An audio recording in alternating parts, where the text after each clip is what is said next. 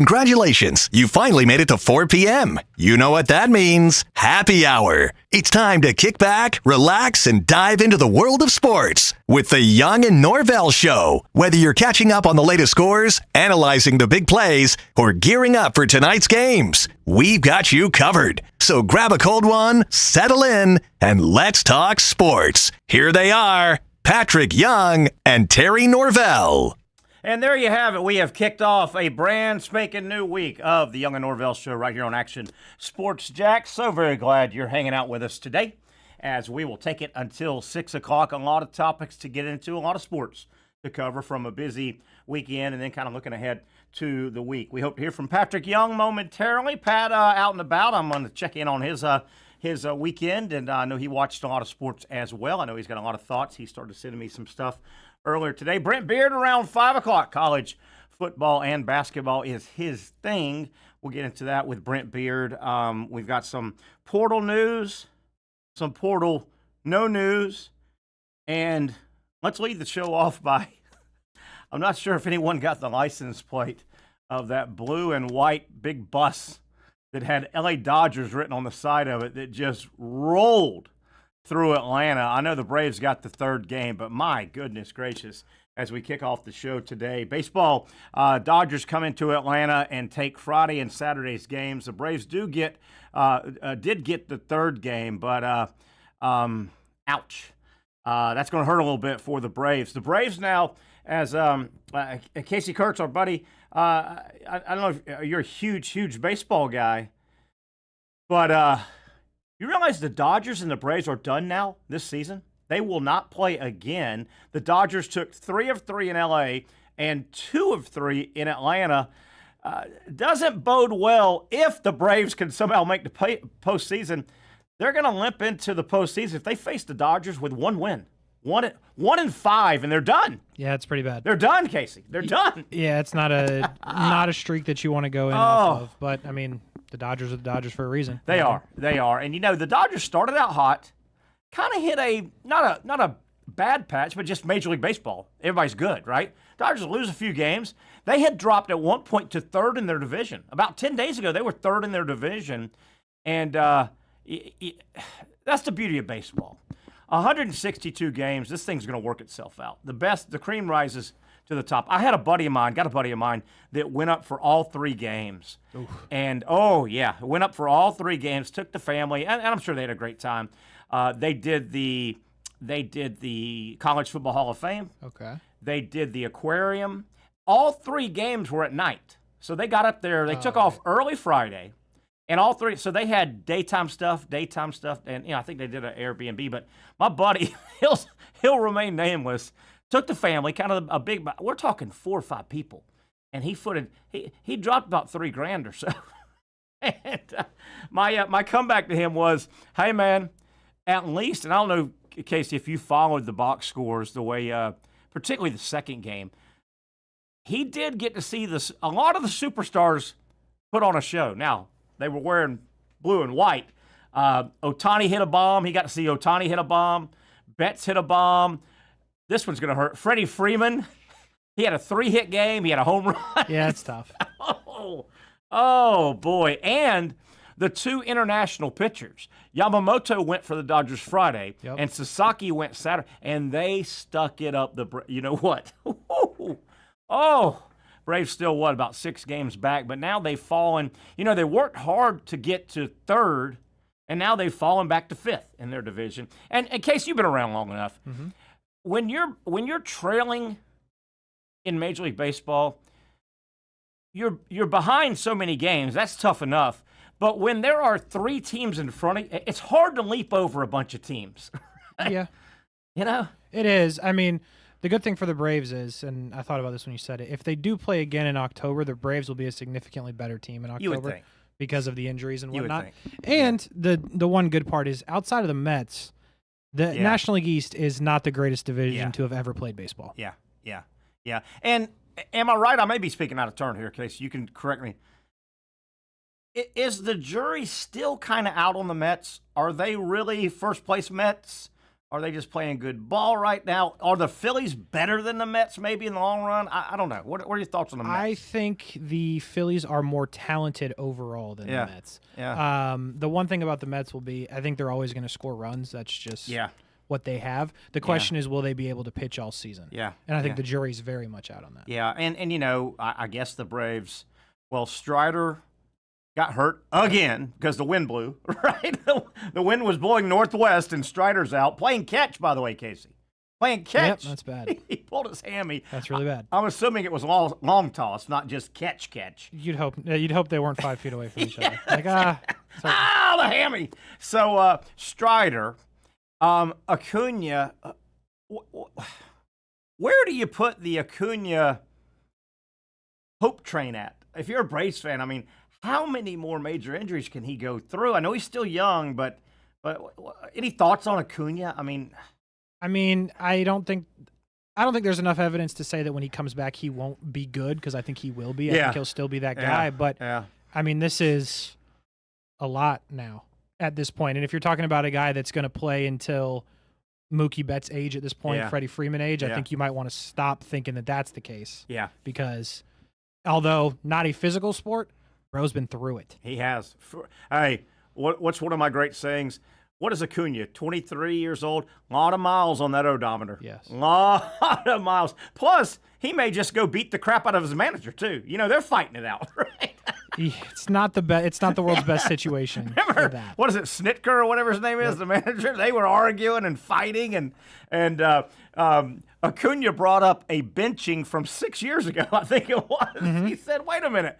What was one of the Brave players this year did not hustle out of the box? Jared Kelenic. Yeah, Kelenic. And he didn't get yanked out of the game. And Acuna, hey, whoa. My rookie year, you yanked my ass right out of the game the next inning. Yeah. Just what you wanted. Hey, Casey, you mentioned a moment ago, and we're going to stay with baseball, but get to the college game. You mentioned score a bunch of runs. My God, did you see what the Gators did? I know South Carolina is not real good. I settled in yesterday, got up early, took my dog to the beach. She had a great time, ran her around a little bit. Then ran up to took her to the pet store. You know, in pet stores, you can take your dog in, and it's a nice little adventure for your dog. I had to buy some food. So got settled at home, messed around a little bit, and I settled in front of the TV. Florida had rain at South Carolina. Like all the southeast was messed up with weather. Yeah, everybody had rain. Yeah. FSU had rain problems. Everybody. So Florida played a doubleheader against South Carolina. South Carolina's not real good. Coaching change. They're going to be good, but they're rebuilding a little bit. Florida's red hot. The Gators playing better baseball. Did you see Florida? They played a doubleheader yesterday because of rain earlier over the weekend. Florida takes the first game on Friday, I guess it was. Mm-hmm. Or I'm trying to think how that worked. Florida won the first game. They had to play a doubleheader because of weather yesterday. I settled in and watched both games. All right. Okay, I did all my stuff in the morning. It's at South Carolina. Game 1 yesterday, Florida wins 22-3. Pretty wild.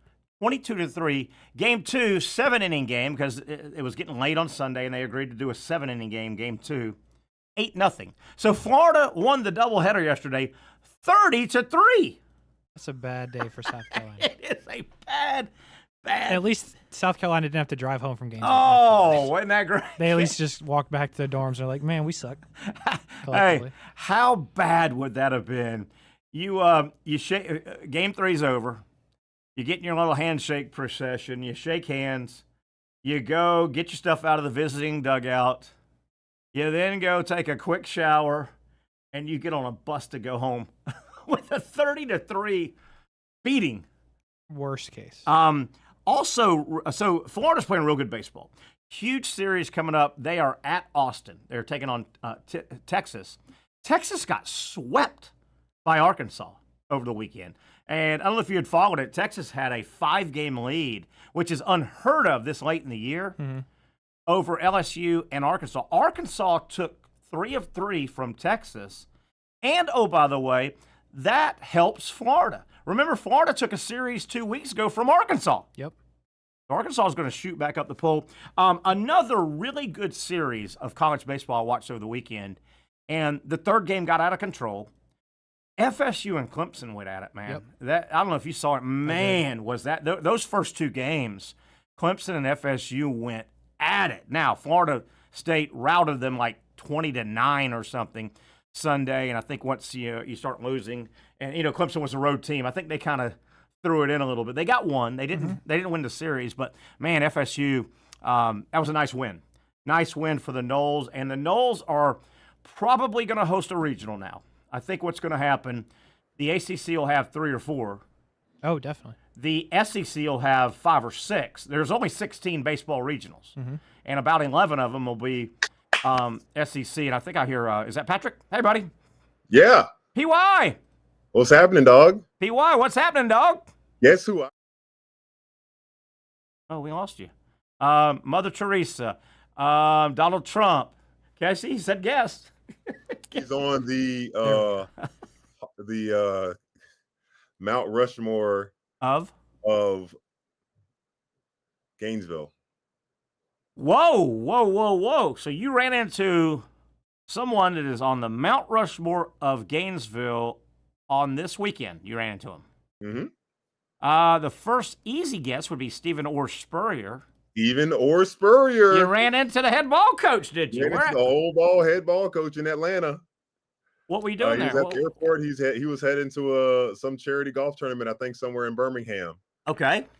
Did you talk? I don't know how Coach can golf, man. He doesn't move around very well. No, it's hard to watch Coach walk around, and the hips and the knees have been worked on. It's hard to watch him walk, isn't it? You feel pain. I don't know.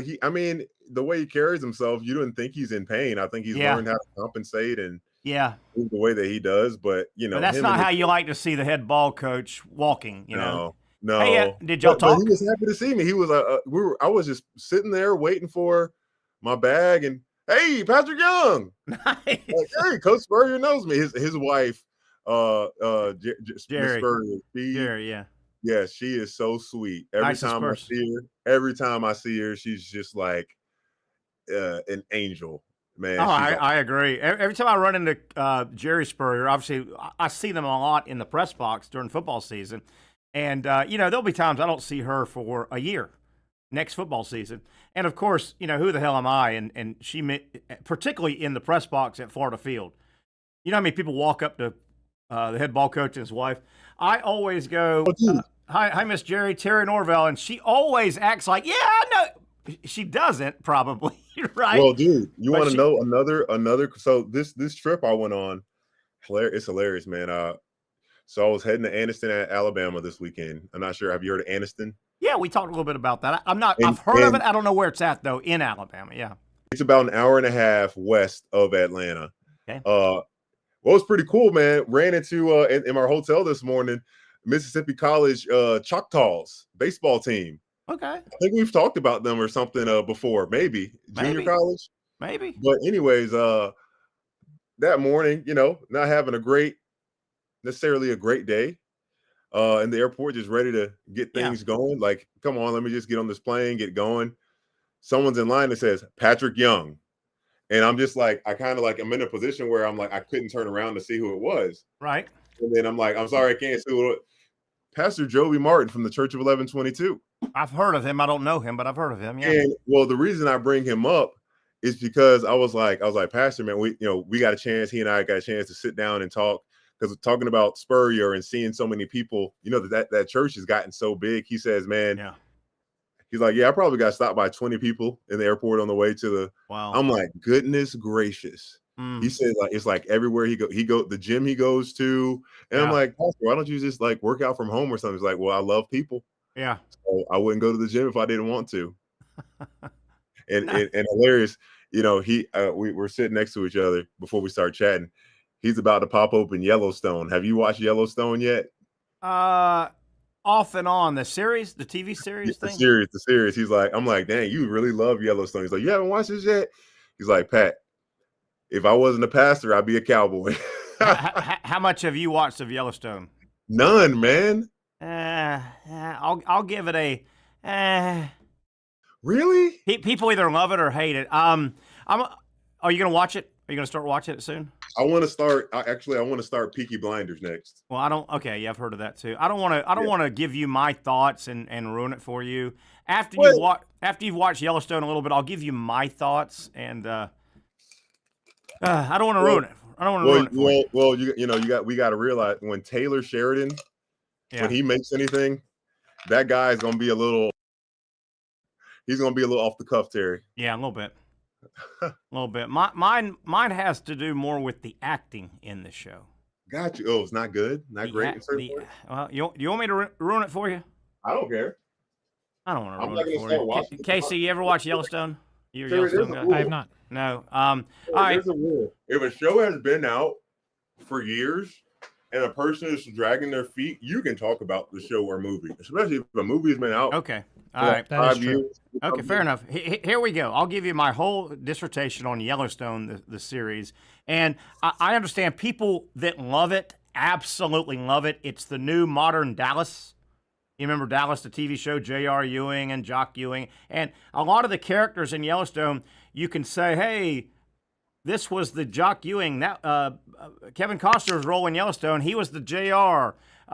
His daughter was the Sue L. There's a lot of similarity. Okay, so anyway. Patrick, 5 or 6 years ago, right? I'm messing around like on Sunday evening.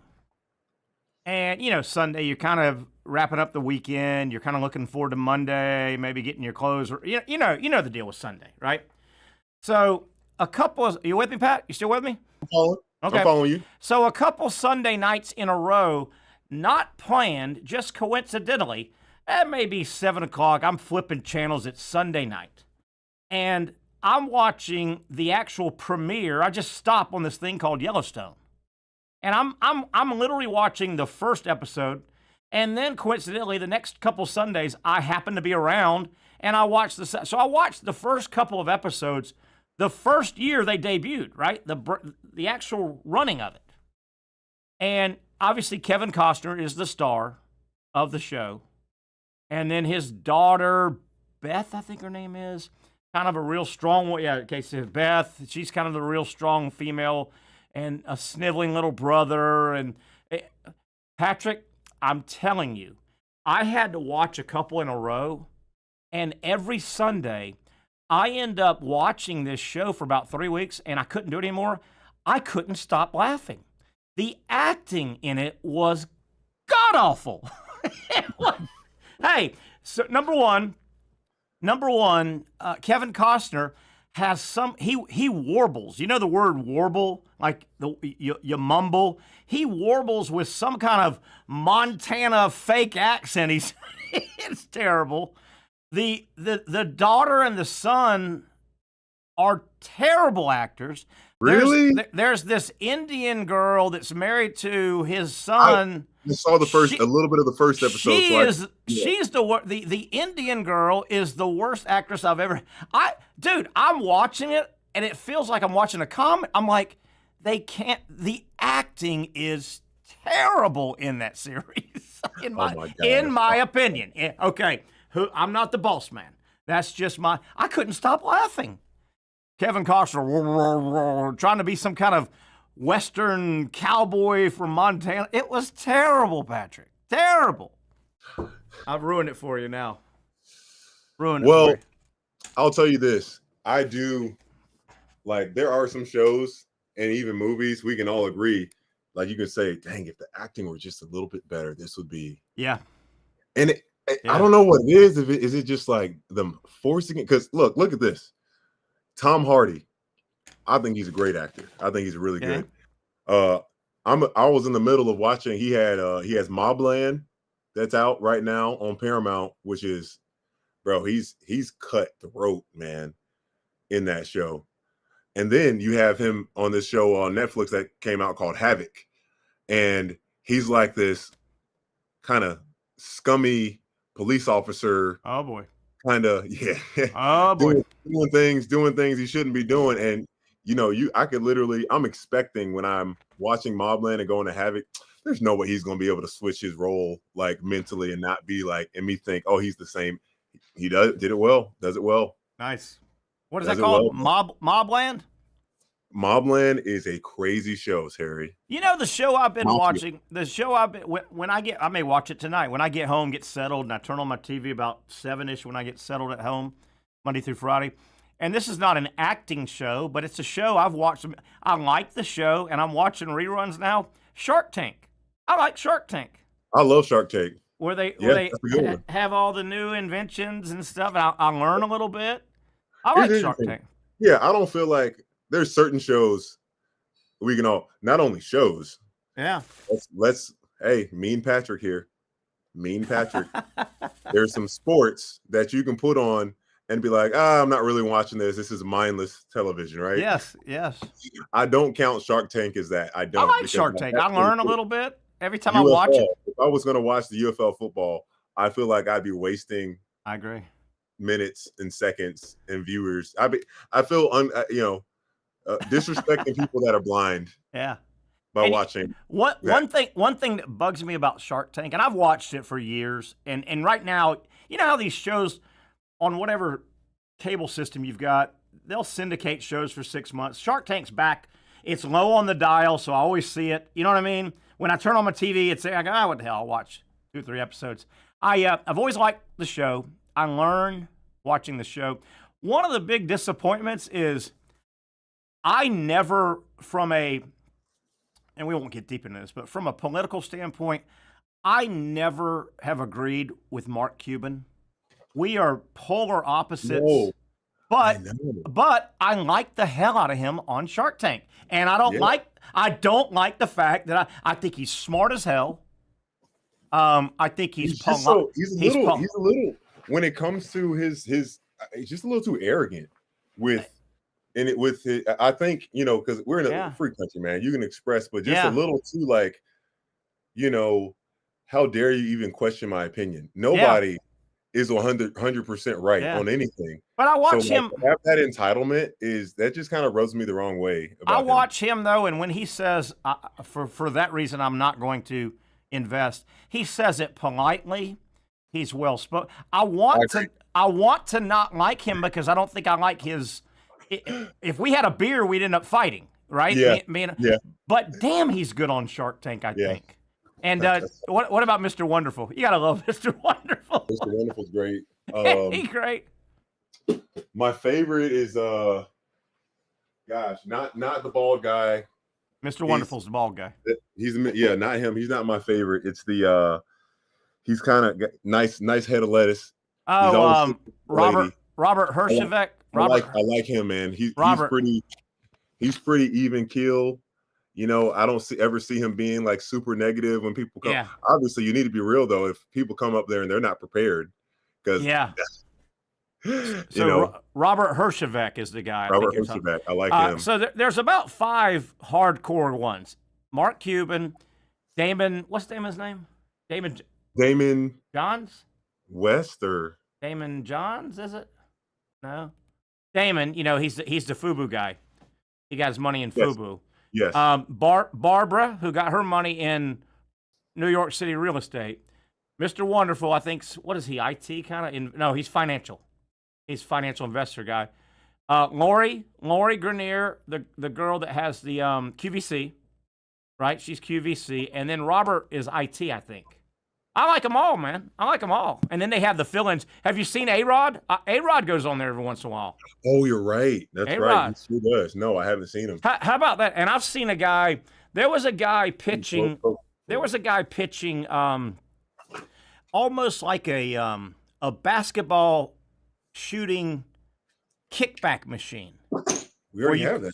Yeah. And this guy had a big one, and Cuban was saying, well, we got kind of like that and with the Mavericks. But this guy, he invented one that it did more things, and it really set up well, easily knocked down, set up at a park or something, right? Yeah. And how about this dude? This dude was pitching an athletic piece of equipment on the day that A-Rod was sitting there right next to Mark Cuban.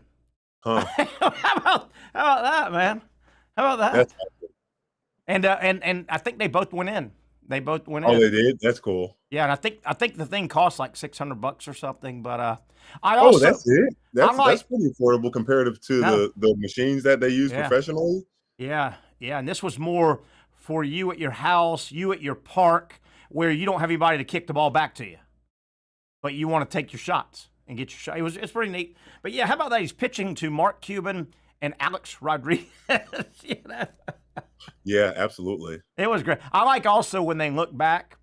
The only thing I want them to do more, I like when they look back. In season 3, Patrick Young pitched the Sharks a blank. You know how they look back, and yes, and number one, all the look backs turned into $billion, right? They all really. I want them to look back at some stuff that failed because that makes it real. Right. Yeah, that makes it real.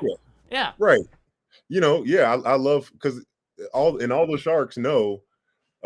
They've had plenty of investments that they probably thought were going to work out that failed. Like that's kind of part of the game. You got enough money to just keep being in the game. It's when you put everything in one thing and you can have the right timing and it just might not catch on. I know. And that's it. You know what else I would like to see? I would like to see what happens when the show. Okay, Patrick Young, you just cut a deal for $400,000. You gave up 20% equity in your company to Mr. Wonderful. So y'all have agreed. I want to see what happens after the show goes off. I'm assuming lawyers get involved and they look at the tape and say, well, what was agreed upon? Right. And what was enough, and they draw up a contract, right? I would imagine. I want to see that part too. Yeah. I'd like to believe that, that you leave that day with a contract, but probably not. I'm sure a lot of the people that come in, the contestants, I'm sure they have a lawyer look over it or something like that. I would also like to know about the process of choosing who gets to pitch. I'd love to know that concept, right? Who gets to go in the Shark Tank? How long and winding of a road must that be? How do they pick them? Yeah, how do they pick who's going to stay and who's going to go? And then it's cool when they have good presentations too, right? Don't you like? Great when they have those good presentations. Yeah, Pat, we got to get on the Shark Tank, dude. What are we going to present them with? We have to have stuff. I don't know. That's where you're going to come in, man. Think, Pat. Think. By the way, I'm smarter today than I was Friday. You know why? Why? Saturday morning, I stepped onto the hallowed grounds of a private institution I like to call the Harvard of the South, Jacksonville University, for a graduation. My niece got out of JU with a degree. So I went back to the Harvard of the South. Got smarter on Saturday morning, pal. Just being there. Happy for you. There you go. Just being there, baby. I'm very proud of you. So proud of you. It's pretty good, too. They zipped through about 500, I'm guessing. A couple colleges graduated that morning. They zipped through about, 300-400. And it wasn't too hot outdoors. They tried to do the spring graduation outdoors. It was nice. It was beautiful. How many days in a row now are we without rain, dude? Like, I know. When is it ever going to rain again? My parents, because they're so into their yards and stuff. So I think I saw that after tomorrow, because I in Anniston the weather was great. Really? I just thought it would be warmer, so I didn't bring a long sleeve. Like it was like the perfect quarter zip weather. You're not gonna sweat in that quarter zip. You're gonna be very comfortable. Nice. It's 67 there. And then I come back because I'm like, oh man, I can't wait to get to the sun. I spend 3 minutes out there and I'm like, get inside. I need to get inside. Yeah, please. When did I know we're way past? When did the 3/4 take over? The 3/4's the thing right now, right? I know, man. It just kind of took over. Look at you in our picture right there. You're wearing a 3/4. I think it seemed to take over a lot when I want to say not my second year. My third year with Lamont Paris at South Carolina. I just remember that being a thing that we kept talking about. He has a lucky quarter zip, and around then, like you started seeing a lot of coaches and just I know. It's perfect, man. It looks kind of classy. It looks kind of nice, but you can tell it's sportsy. Yeah. You know who looks cool in it? Todd Golden. Todd Golden looks cool. He just got that. He's thin. It looks cool. It's got Todd Golden is so thin, man. My guy need to eat a sandwich. Eat a sandwich. All right, let's take a break, Pat. Hey, Pat, stay there. We've got some college basketball news to talk about. I don't know if you heard about Desmond Claude. I want to talk about him. Wow, we let off. The Braves got steamrolled by the Dodgers. They got one game, the third and final game. They won't play the Dodgers the rest of the year. The Dodgers 5-1 over the Braves. Once. They beat them once on Sunday, but man, the Dodgers have roughed up the Braves. Let's take a break. Come back. Patrick Young, Terry Norvelle, and you. We return on the Young and Norvelle Show right here on Action Sports Jacks.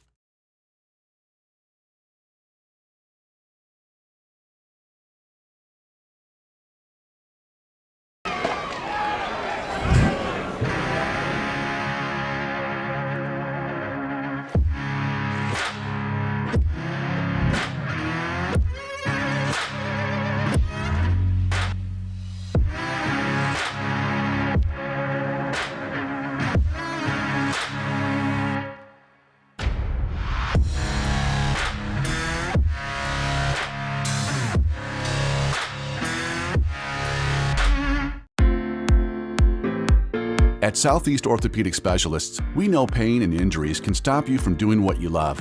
This is why our board-certified orthopedic specialists offer the latest in both non-surgical and surgical treatment options and create a treatment plan tailored to your unique lifestyle and goals. So, whether it is a sports injury or that nagging pain that's keeping you from doing what you love, our team has the right treatment for you. For more information or to schedule an appointment online, visit our website. Finally, a family atmosphere, kid-friendly restaurant with a real sports bar feel. Bricks Jack's Beach features all of that and a large, climate-controlled covered patio with misting fans and heaters for all seasons. Mix in an extremely diverse menu that features the most quality and affordable steak at the beach, and there's no reason not to enjoy your next lunch, dinner, happy hour, or big sporting event at Bricks Jack's Beach, 300 2nd Street North in Jacksonville Beach. See you at Bricks Jack's Beach. You really got to hand it to him. Hold on. The previous play is under further review. I'm not sure what he could review, but okay.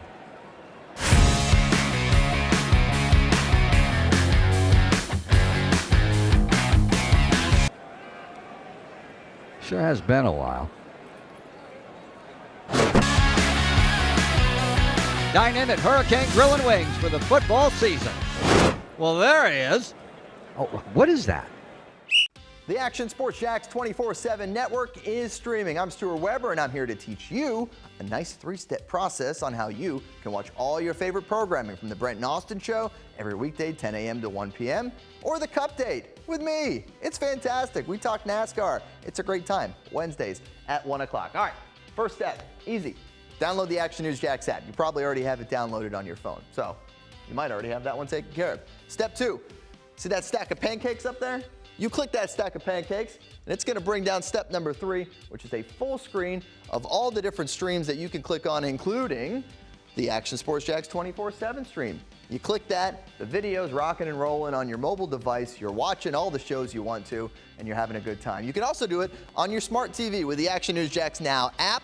I do it on my Samsung TV at home. It's a great way to watch it on a nice, large screen for all the content. That's the Action Sports Jacks 24/7 network. Hope you can find it. You trust CGC to make your water great, and now you can trust CGC with your plumbing needs as well. Fast, convenient scheduling, licensed and insured. A quick call away at 904-552-1242. You never know when you're going to have an issue with a shower, toilet, or maybe it's a sink that sometimes is easy to fix.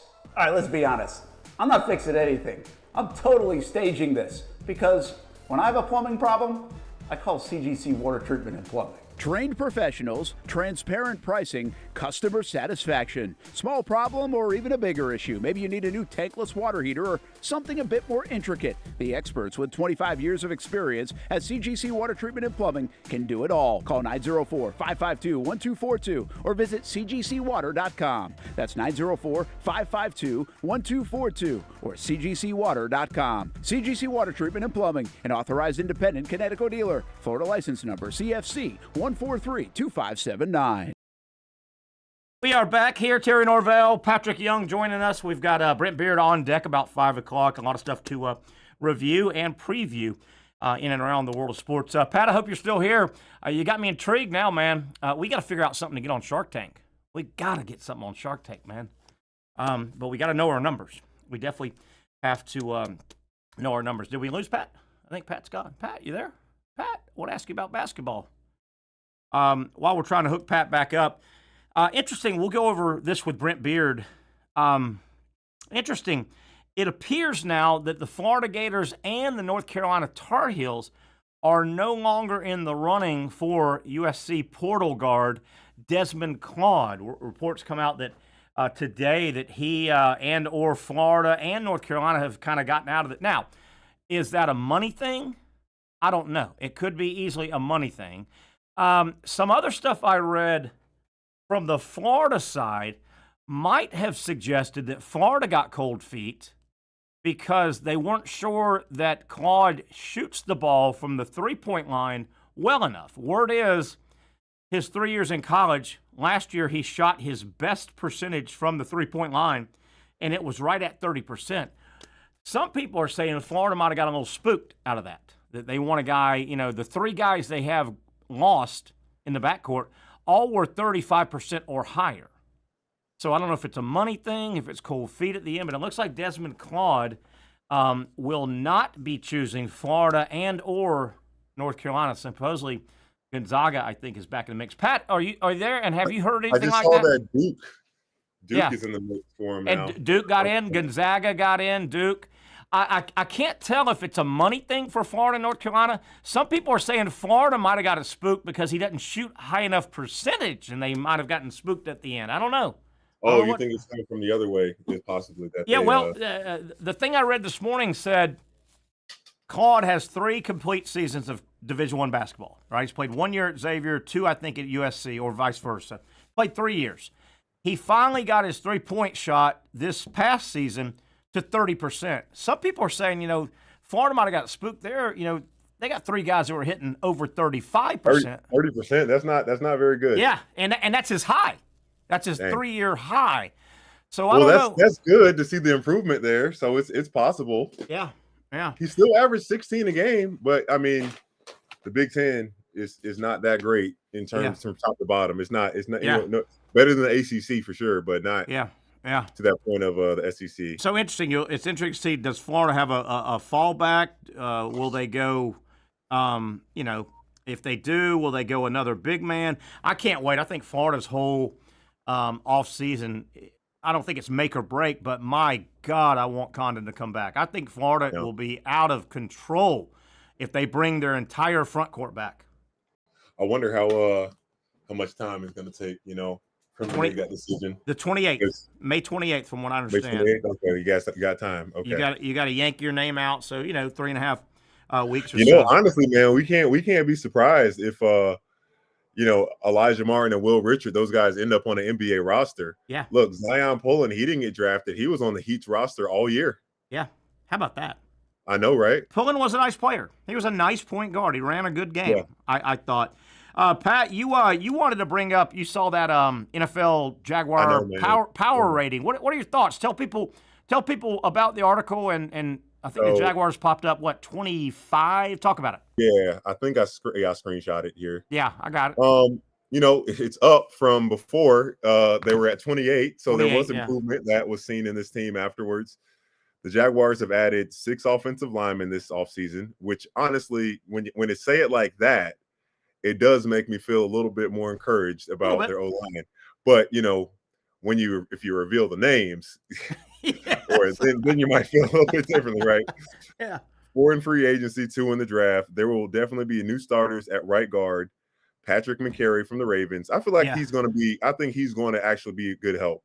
I don't know about this. And a new center, Robert Hainsey. Yeah. Let's see how old is Robert Hainsey from the Bucks. Jacksonville could potentially have a new left guard, depending on whether Ezra Cleveland can hold off 3rd-round pick Wyatt Millennium. Yeah. Millam, I think. Yeah. The West Virginia guy. Yeah. And this is our friend Mike DeRocco writing this. Yeah. So obviously he is a little bit more friendly than what other people will say, because how much can you say about a team that's at 25 out of 32? Yeah, but you're right. Who's last? The Titans are last. Are they? Ooh. Titans are last, man. Well, if somebody's got to be last and it's not you, you'd prefer to be in your division because you get to play them twice. Well, and their biggest issues they were looking at is O-line as well. So yeah, so that there is a belief that the Jags have improved their line, and they're do any of these coaches talk bad about their players? No. When teams call up and the guy gets drafted, none of us know of them. So what can you tell us about this back you've had? Oh, he's just an all around. He's just the guy that you can like. They're not gonna. Yeah, I think it was Brent and Austin that I was listening last week, and they got I think it was Brent and Austin's show I was listening to and watching. They had Coach Brown, the head coach at West Virginia. And, of course, he's talking about his offensive lineman.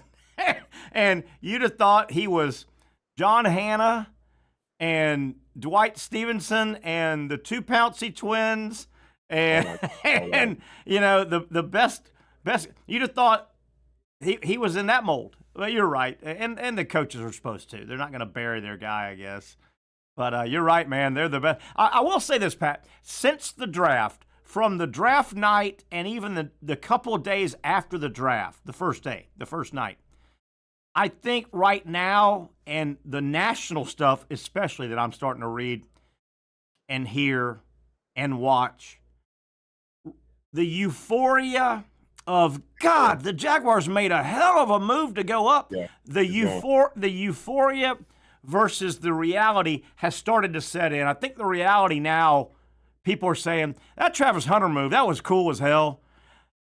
The reality is this team's still got a lot of issues. I think that's kind of kicked in. Don't you get that feeling a little bit? I do get that feeling. Yeah. No, I think – but that's probably – I think just the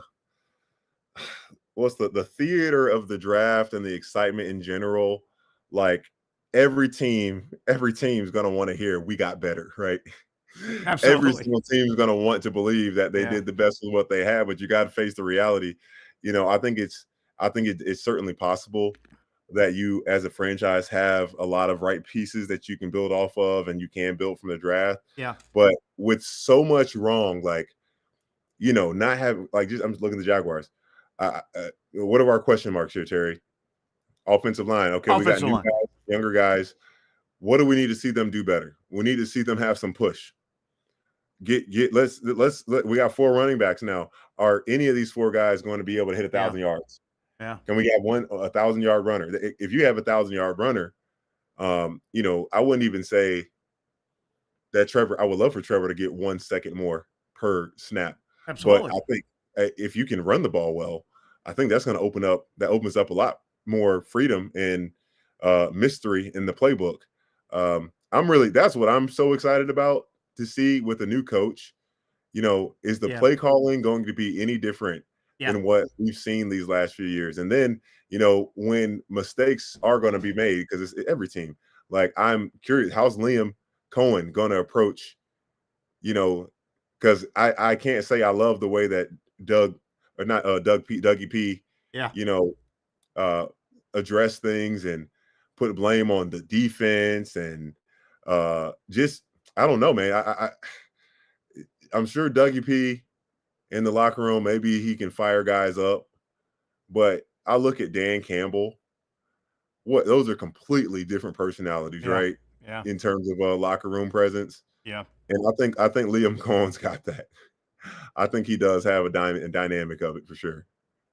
You recall, and every Jaguar fan that watched the majority of the season recalls, last year, 3rd and 4th and 1, 3rd down, 4th down and 1. It was a nightmare. They tried running backs. They tried Trevor. They tried into the line. They tried going wide. Remember that? They could not get. They couldn't get 3rd or 4th and 1 to save their life. They never got it. I remember quite well. It was, pretty fresh. And then, how much does a team improve during the season, Terry? It's not just about wins, not just about wins and losses, because you can still be playing really good football and you just don't win some games, some things that happen here and there. I'm like, you can have the sample size of that first 4 games in the season. Okay, we got some issues on this offensive line. Maybe we need to mix it up how we try to take these 3rd and 1s and 4th and 1s, because it doesn't seem. I don't know how much better is our line going to get. after, I don't know, 4 to 8 games. I don't know, man. I just want the Jags to at least go into a season. You want to go into a season and actually believe that this roster has a chance to make it the playoffs. Oh, absolutely. Right?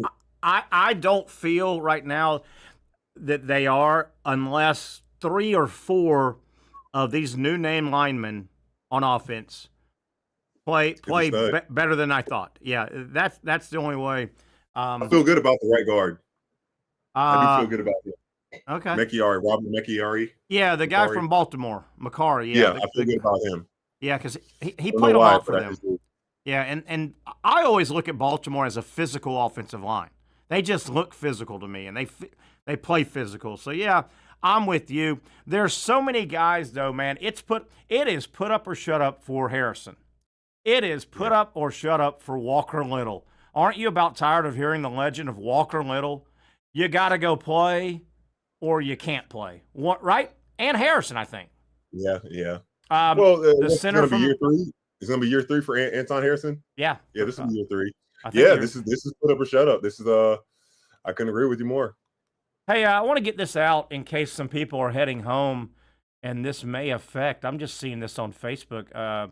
Nothing sports related, but JTA temporarily suspends St. Johns River ferry service, and that is, down in Mayport, to go from the Mayport side to Heckscher. Heckscher, a lot of people use that as their commute, their school commute.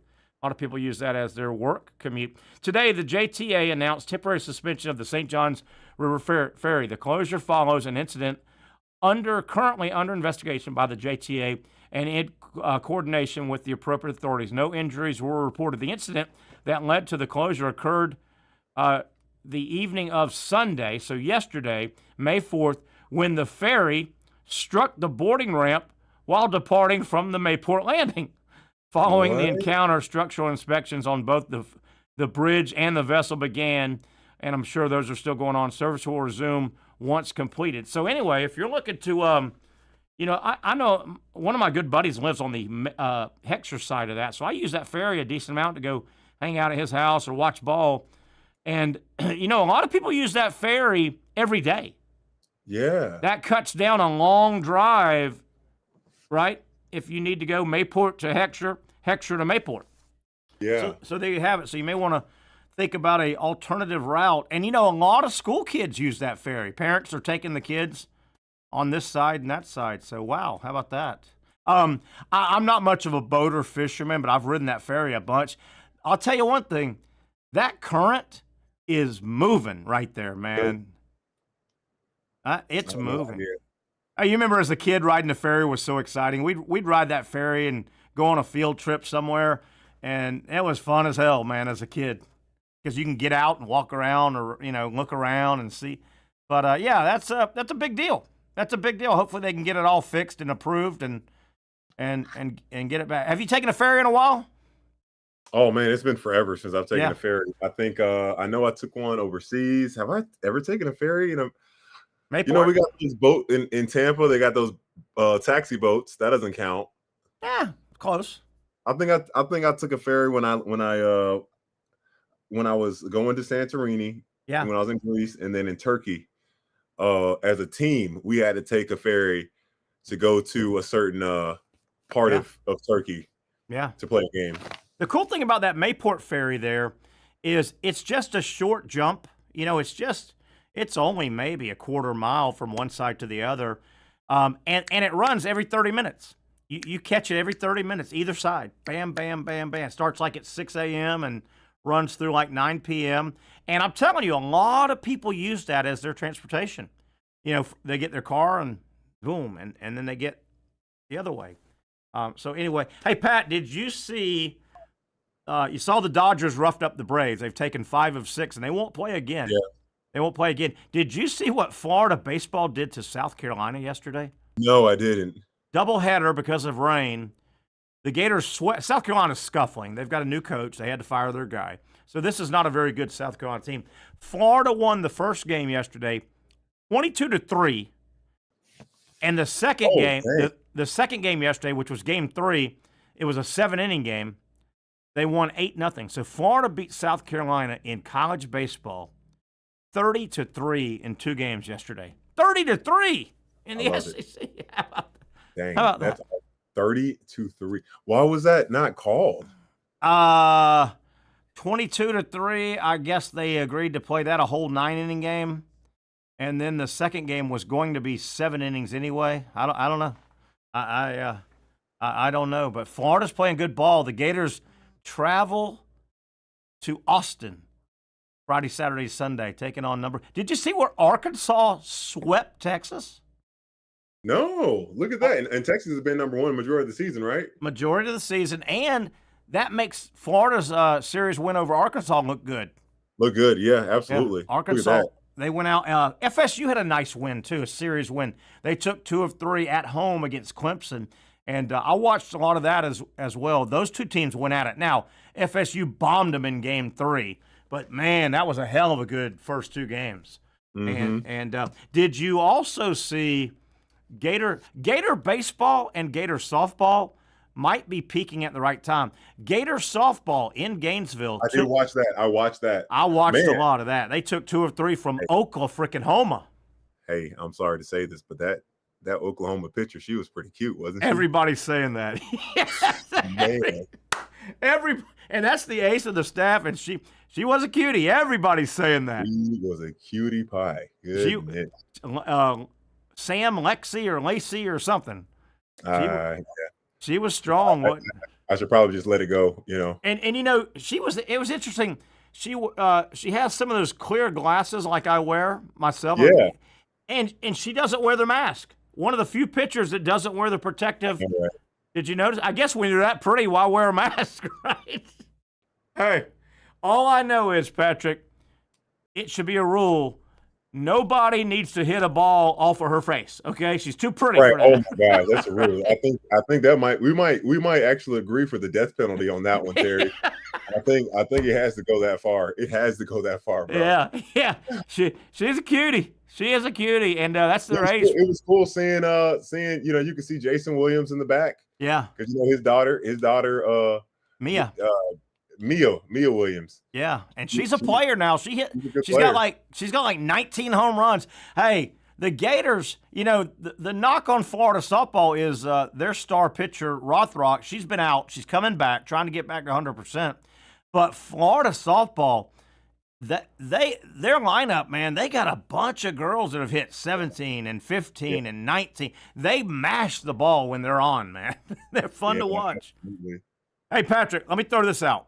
And I was watching a bunch of Florida softball over the weekend, high level, Florida, Oklahoma. Oklahoma's like the 4-time defending champion, right? They've won like 4 in a row. Yeah. That's high level softball. I'm going to say this. Am I the only one? I'll go to my great. Women's high level college softball is so much more watchable than the WNBA basketball. Am I the only guy that feels like that? I can watch softball every night. I can't watch WNBA.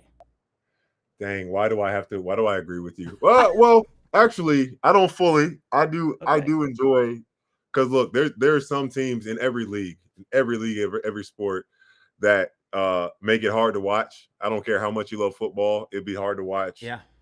Those Thursday night games, you got the worst teams in the league playing. You don't want to watch those. When the really good teams are playing, I really enjoy it. Yeah. But with women's basketball, but even you rarely see a bad game in softball, and if it is a bad game, it's over in like an hour. They'll run them in 5 innings. Yeah, when you get the good. Let me back up. It's hard to watch WNBA because some of the most basic these teams, they can't make a layup. They can't make a layup. Why do I know where you're going? Yep. They struggle to make basic plays that a 12-year-old boy at the YMCA makes those plays. Well, the irony of it is that, I hope this isn't wrong or mean what I'm saying. I hope not. I'm not trying to. I'm just trying to state a fact. Let's think about it here.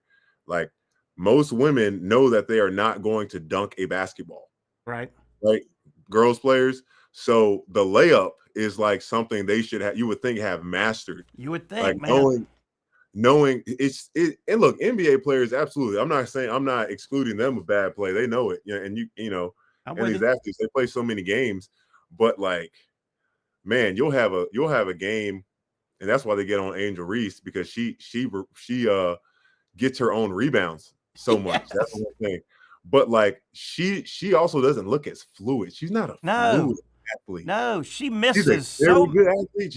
She just doesn't move very fluidly. I know they've put these power. I know they've put these low light reels together of Angel Reese, but my God, she has trouble making a 1 foot layup over and over. Here's the other thing about the WNBA, and call me a rube. Okay, the NBA is winding down, right? The playoffs are getting deep, right? The NBA. The WNBA is about to kick off. It seems like the WNBA, they never have an off season. Aren't they always playing the WNBA? They have a different calendar than the NBA. So it feels like the WNBA is about to start their season, right? Mm-hmm. The NBA is wrapping up their season. Why? WNBA, they're doing their what do you call it? Those preseason games. Yeah, exhibition. Yeah. Those exhibition games. Yeah. Which is cool. I mean, I they're playing Team Brazil, and the Fever beat them like 100 and something to 40. Really? Or something crazy like that. Yeah. I'm just telling you, in my little small world, I think women's fast pitch college softball is way more watchable than the WNBA. I don't think it's close. I can't watch the WNBA for some reason. Why, Patrick? Why? Well, I don't think you really like watching women's basketball in general that much, Terry. I guess. And I think the big problem the WNBA has, they are fine when they have a mega story. And last year they had a mega story called Caitlin Clark. Well, what happens when they don't have a mega story? Right? Exactly. That's what you said all last year. You said that all last year. It's hard to create a Caitlin Clark story every year. And you better be able to stand bigger than one story. Well, what helps?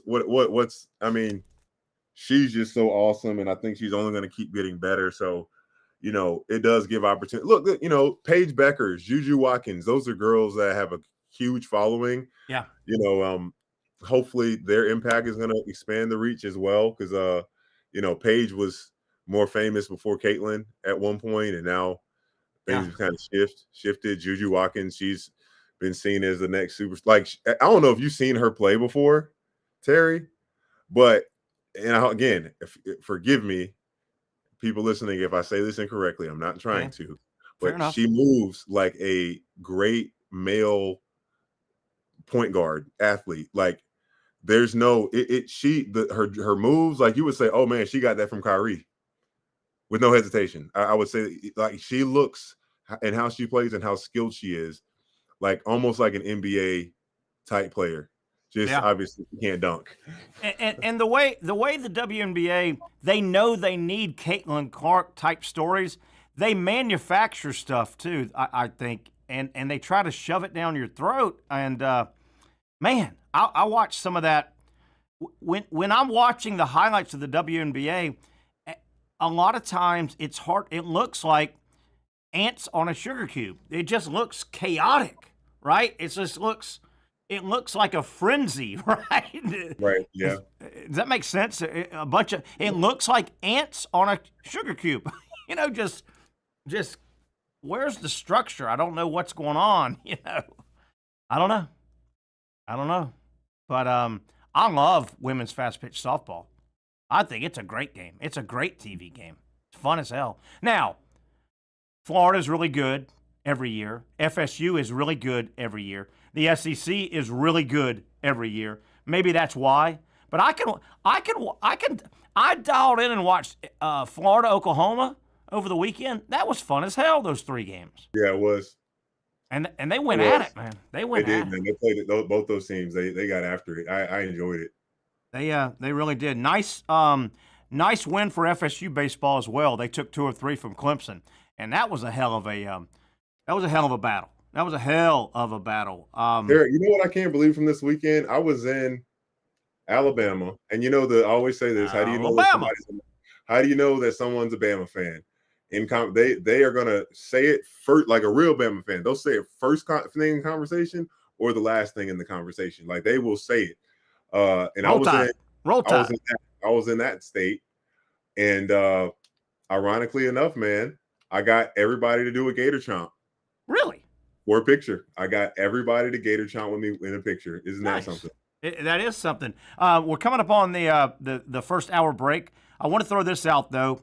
Brent Beaird's going to join us, hour number 2. Did you watch the fastest 2 minutes in sports, the Kentucky Derby? No, I didn't. I know Did you see the turf? It was a mud bath. Oh, it was bad? Oh, yeah. There was rain all over the Southeast.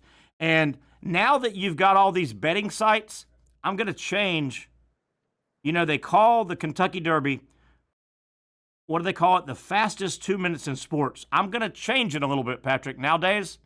Okay. Now I want to call it the fastest way to lose $100 in 2 minutes. Man. Right? Did you put something on it? No, because Hard Rock, you can't bet on the Kentucky Derby. And Casey was telling me, I don't know. You found out? Yeah, you can't bet on the Hard Rock doesn't have a bet. I don't know why they're closed out on it, but it's got to be the quickest way to lose $100 in 2 minutes. Right? So what is the best way to do it? I think you have to go to some other site. Casey, what were you saying? How do you? So, like, for whatever reason, the normal sports books don't do horse racing, like the sports books. Okay. There's like separate, just straight horse betting websites, and even the ones like Hard Rock doesn't have one yet, but I'm sure they will. Like DraftKings has their own separate horse book, right? Because it's just all so different. I'm guessing there's got to be some contract language or something. Yes, and I did look like Friday and Saturday before. I would have done $5 and picked a horse, but I'm a Hard Rock, and Patrick, I think you are too. They don't. You would have to go to a separate and sign up and a separate like horse racing site, right, Casey? And I didn't want to go to. I didn't want to go to all that trouble. When I found out I couldn't do it on Hard Rock, I said, I'll just miss it. Miss it. Yeah. Man, it was a muddy mess, right there. Did you see the track? Ooh. It was a mess. No, I didn't know. Yeah, because, it rained all over the South. You had college baseball getting moved. Major League Baseball had trouble with rain. And, quick way to lose $100 in 2 minutes, I'll tell you that. Because, say what you want, but none of us know about these horses. We read a little bit on Saturday morning, and we make a bet, right? We make a bet. So there you have it. Quickest way to lose $100 in 2 minutes in sports is now the Kentucky Derby. All right, Pat, let's take a break. Brent Beaird's going to join us. He's got a lot of news and notes, college football and basketball, including Desmond Claude. It looks like Florida is out of the running and North Carolina. I don't really know why. Is it money? Is it his lack of being a great shooter? We'll find out what Brent Beaird knows on the other side. 1 hour down, 1 hour to go. A Monday edition. The Young and Norvelle Show continues after this quick timeout.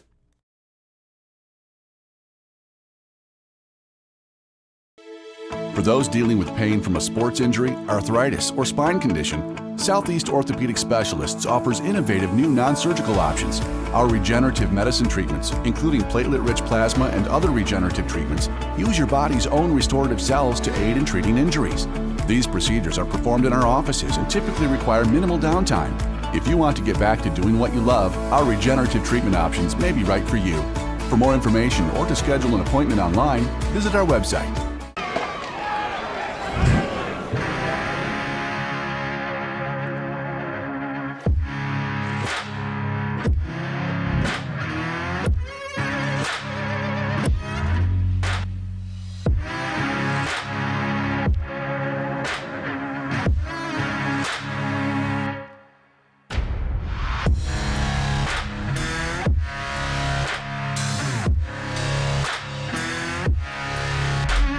Finally, a family atmosphere, kid-friendly restaurant with a real sports bar feel. Bricks Jack's Beach features all of that and a large, climate-controlled covered patio with misting fans and heaters for all seasons. Mix in an extremely diverse menu that features the most quality and affordable steak at the beach, and there's no reason not to enjoy your next lunch, dinner, happy hour, or big sporting event at Bricks Jack's Beach, 300 2nd Street North in Jacksonville Beach. See you at Bricks Jack's Beach.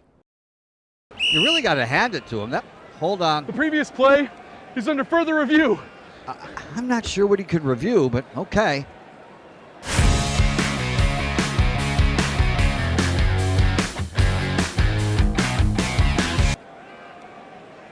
Sure has been a while.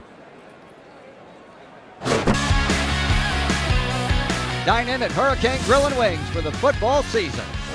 Well, there he is. Oh, what is that? Hey everyone, Olivia Tasley here from Action Sports Jacks to tell you all the different ways you can watch our new 24/7 network. 3 easy steps. You don't even need a pen and paper to write it down. Step number 1, download the app. Search Action News Jacks in your app store either on your phone or your smart TV. Then, once you're on the app, click on that little drop-down menu in the upper left-hand corner with the 3 little lines. That'll show you these options, and boom, right here, click Action Sports Jacks 24/7, and you will be brought to our continuous stream channel. That app can be accessed through all these different platforms. Whether you have Roku, Fire TV, Smart TV, Apple TV, or Google TV, you can find our app. Now, if you don't have access to the app, don't worry, we still got you covered. We're across all social media platforms from Facebook, Instagram, X, YouTube, Twitch. We have a podcast channel. Plus, check out our short reels on our TikTok. Action Sports Jacks 24/7. It's on all the time and everywhere. It's a new logo, new branding. With Bold City Heating and Air, it's an old school approach. One of the few locally owned and operated air conditioning businesses left in Jacksonville. It's hot, Florida in the summer. You can't do much to avoid it, but you can keep cool with Bold City Heating and Air. It's every customer counts kind of service, from when these trucks have pulled up to my home over the last couple of years and when they pull into your driveway as well. From communication to pricing to the actual service, everyone at Bold City Heating and Air cares about you. You know who is coming to your house. You know they will be well trained, and they will respect your home. Air conditioning convenience at BoldCityAC.com. Stay cool while it gets hot. Bold City Heating and Air can help. Don't get caught sweating all summer. BoldCityAC.com, and they have financing to help.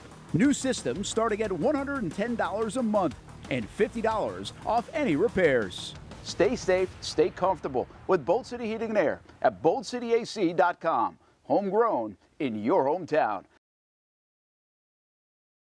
Kicking off a second hour here on the Young and Norvelle show. We got a lot of Brent Beaird. He's going to join us. Patrick Young, I think, still with us. Patrick, UFL, week 6. Not good numbers. Not good numbers, Patrick. Oh boy. So, 4 games at home, UFL, week 6. St. Louis drew 26,000. That's the one shining star franchise. Michigan, 11,000. Birmingham, 9. Houston, 4,000 at their home game. Ooh, it's going to leave a mark. 4,000. Week 6 numbers, attendance, UFL, down 16% attendance. And viewership down 27% viewers. Not going real good for the UFL, the Rock and the boys. I don't know how much longer they can keep this thing going. And you know me, I've been saying for years, the biggest problem the UFL has, spring football, you're going up against spring. You know, have you looked outside? The weather. People are out and about. A lot of things to do. And not many people are saying, let's go to the UFL and watch those games in person or on TV. I think is that Pat here in the background? I'm still here. Or is that Pat, you're still here. Have you heard the number? Man, the UFL is really struggling. I don't wish ill will on anybody, but man, the attendance figures are down 16%. Dang. Attendance is down 16% across the board, and viewership down 27%, Patrick. That's tough, man. Man, that's tough. That is really I don't know what to say, Terry. I don't either. And you know me, I hate to be No, I do know what to say. Would you rather lose your money in the fastest 2 minutes or in the slowest 2 years? Yeah, I mean, you're losing all of it either way. Unless the NFL gets involved, I just don't think spring football will ever work. And you know what, Terry? I bet you flag football that the NFL is sponsoring will eventually have more viewership than the UFL. Yeah, maybe. Wow, that's a bold prediction. It's tough. It is real tough right now for anything. There are two areas, and only two areas that I think could make it when it comes to spring football. All right, Pat, you ready? I'm gonna give you two areas. Number one, the only way spring football would make it if the NFL is involved. And right now, the NFL has no interest in spring football. The draft is big. The NFL also, I think, needs the downtime. I think they have value in the downtime. For sure. The only other thing that I think could work when it comes to spring football would be, and I don't see this happening, but I think this would work, if college football changed their calendar. And I want digest that for a moment. Like college football, like much earlier. College football before the NFL would start. I think actually the opposite. I think the only thing that would work would be. I got you. If college football said your season is going to get changed, January everybody reports and college football plays their regular season February, March, April. I think that would work. That would work. That would. But I don't see it happening. And I mean, that would eliminate snow games, and that would eliminate home field advantage. Well, it would just be hot for everybody. Yeah. I just don't see spring football working unless the NFL is involved or college football changes their calendar. As we welcome Mr. Brent Beaird. One and only. The one and only. Brent Beaird. Greetings. Hey, first, two things real quick. Okay. Number one, I can attest that Patrick did a great job in the great state of Alabama. Okay. At Cornerstone Church in Anniston, Shout Alabama. Out. So I'm sure you got some Roll Tides and War Eagles there. Oh man, did I ever? Oh yes. They come out of the womb in this. Terry Norvelle knows. Oh my goodness. They decided coming out of the womb, okay, who they're going to root for. Yeah. And number two, it's funny you said that about the Derby. I actually watched the Derby. Oh, you did? Nice. The other night on that mutter. That we used to use that phrase. He's a mutter. She's a mutter. He's a mutter. His mother's a mutter. His father's a mutter. Yeah. Now this is not a slang term. What it means is it's an athlete or a horse that does well in sloppy conditions. And man, it was I got you. It was a mess in Lexington. It's a very practical term. I've got a now forgive the crudeness here, but the winner was Sovereignty. Yeah. And I've got a friend who has a horse. She's been a really good rider for years. And she said, you know what? You know how I knew that horse was going to win? How? I said, how? I said, on the way to the starting gate, Sovereignty had a big bow movement on the track. Oh. So he was probably 5 pounds lighter when he got to the gate. It's 5:15 on a Monday, dinner time, and you drop that on us, Brent Beaird. You drop that on us. Drop. I like that. See what you did there, Terry. I didn't even think of that. That is professional analyst stuff there, okay? It is. That's exactly what that is. That is good. Woo! Brent Beaird, SEC baseball and softball over the weekend. Man, what about Florida takes 2 of 3 over Arkansas? Arkansas goes and sweeps Texas. How about that? People need to realize how big that was for the Hogs.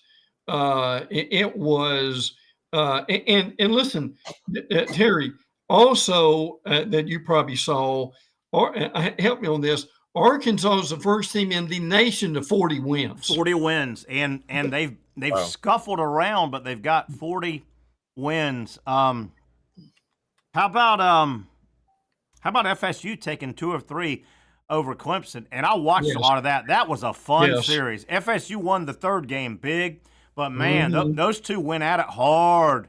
And that was a good win for FSU over Clemson. Oh yeah, they really did. And look, what Pat, we kind of looked at the and bracketology, if you can put it that way, for baseball. Yeah. And Terry, what was it? 13 teams from the league that are in or projected to be in. Now, Pat, Terry called this. He said Florida would probably be a 2nd or a 3rd seat in Tallahassee. Yeah. And according to the bracketology, that would be correct, right? Yeah, I saw a lot of bracketology, Pat. It'll be a what seed? A 2 in Tallahassee. Man, wouldn't that be something to see those guys match up? And I think Kevin O'Sullivan in Florida would love to get sent to Tallahassee. Yeah, I think they would love it. A, they've beaten FSU 2 or 3 times this year. B, if Florida gets sent to, after the conference tournament, if Florida does get sent to Tallahassee, there'll be 2,000 Gator fans every time they play. No question. It'll be a good representation for Gator baseball.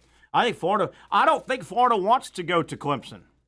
I don't think Florida wants to go to NC State or North Carolina. I think they would love, nothing against FSU. I think Florida baseball would love to see their name 2 seed or 3 seed Tallahassee Regional. I think they would love that. They're comfortable over there. There'll be a big Gator crowd. Brent, what are your thoughts? Now, Pat, Florida's beat, help me, Terry, on this. They beat FSU 2 out of 3. Yes. Now, Pat, I don't care what sport it is. If you've beaten your rival 2 out of 3 times, how much confidence does that give you? Oh, great amount. Yeah, I think Florida would be very confident. Especially if it went in the order of, they beat you first and you beat them 2 times in a row. Yeah. Yeah. Much more confidence then. Florida just had a sweep over South Carolina. Shelton, the shortstop, out. Coppola, the big left-hander, win an inning. They got him back a little bit. They're going to ease him in. But the story in college baseball, I think in the SEC, Arkansas sweeps Texas. And what about tip of the hat to Mississippi State baseball? They fire their coach. Yeah. And then they go out. I thought they may shut it down. They go out and sweep Kentucky. Yeah. I also thought a big weekend for Auburn baseball. They took 2 of 3 at Tennessee. And did you guys see? I like Tony Viola. I like the Tennessee coach. They're the defending national champions. I've always liked him. He's aggressive.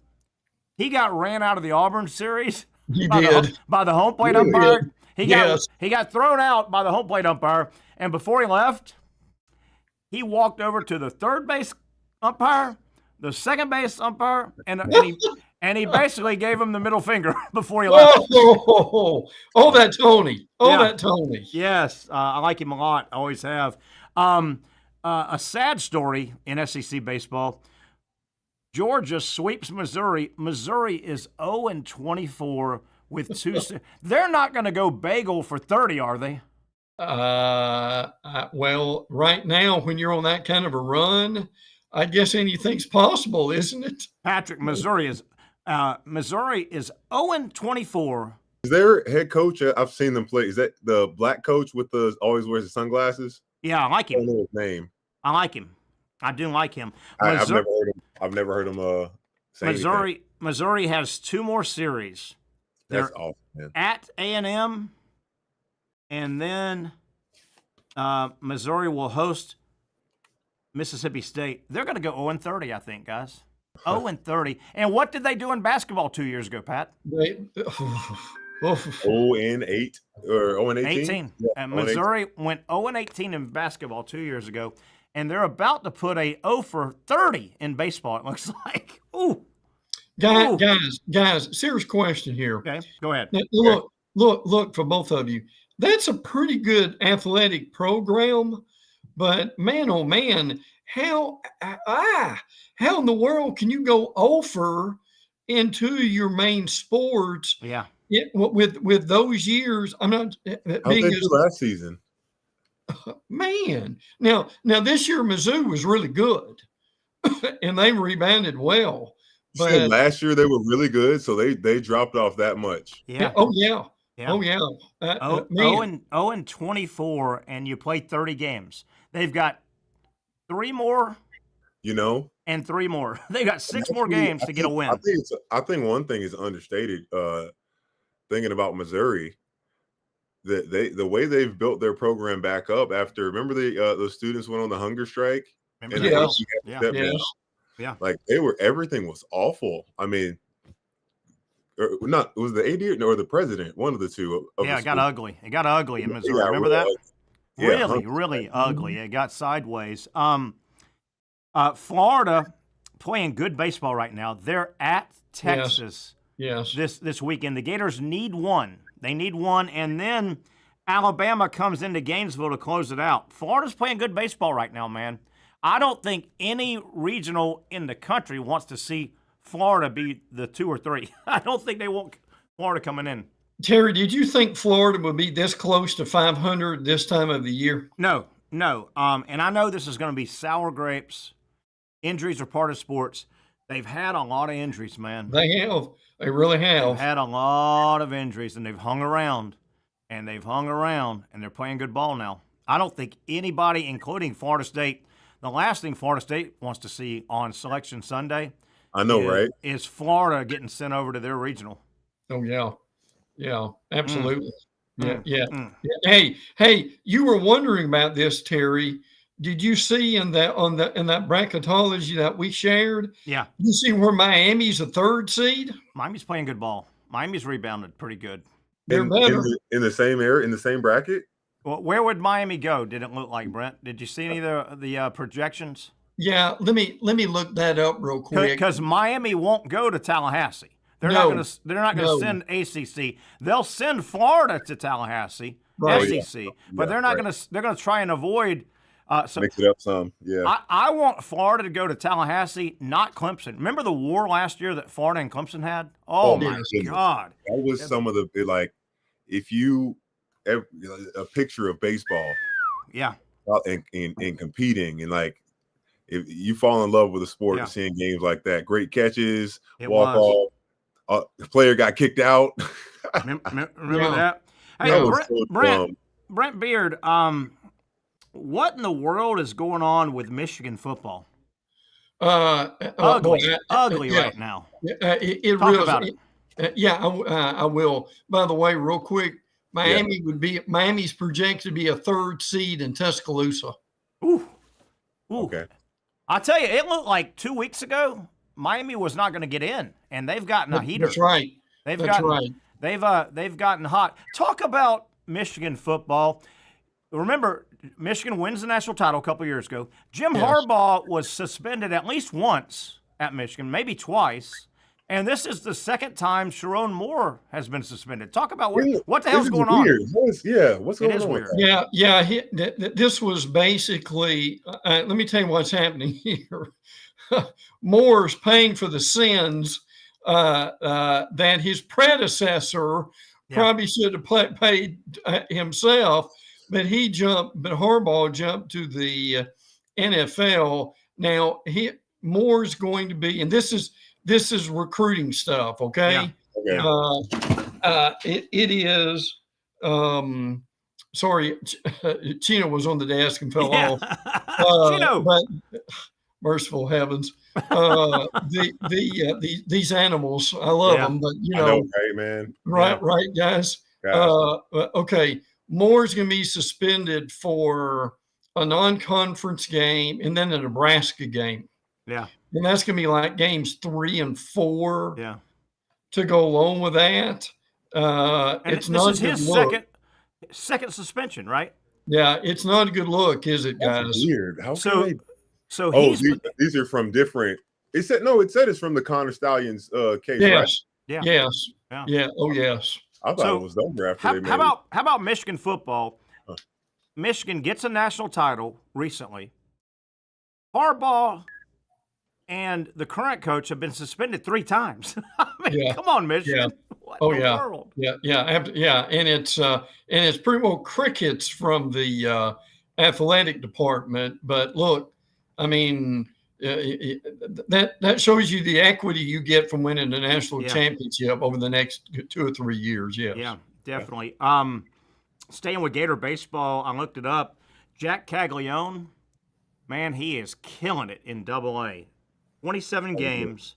He's batting .314. In 27 games, he's got 6 doubles, 6 home runs, 27 RBI in 27 games, killing it.